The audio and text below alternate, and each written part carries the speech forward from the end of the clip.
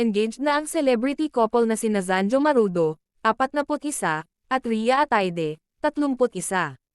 Ito ang masayang inanunsyo ni Rhea sa Instagram ngayong Martes, February 20, 2024, nang mag-post siya ng litrato nila ni Zanjo at ng kanyang kaliwang kamay na suot ang engagement ring niya.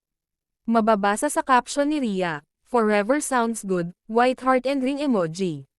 Sa Instagram stories naman ni Zanjo, makikita ang litrato niyang nakahalik sa pisngi ni Rhea, na nakangiting ipinapakita ang kanyang engagement ring. "Hi fiancé," wave hand emoji, saad ni Zanjo. Samantala, sa comments section ng post ni Rhea ay bumuhos ang good wishes mula sa pamilya, mga kaibigan, at co-celebrities nila ni Zanjo.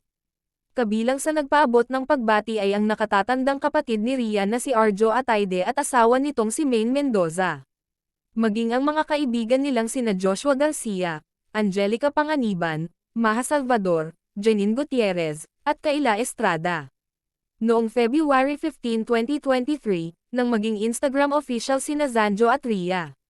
Ito'y matapos i-post ni Zanjo kanyang Instagram ng sweet photos nila ni Rhea na kuha sa kanilang Valentine's Day celebration. Walang ibang caption si Zanjo rito kundi simpleng heart emoji.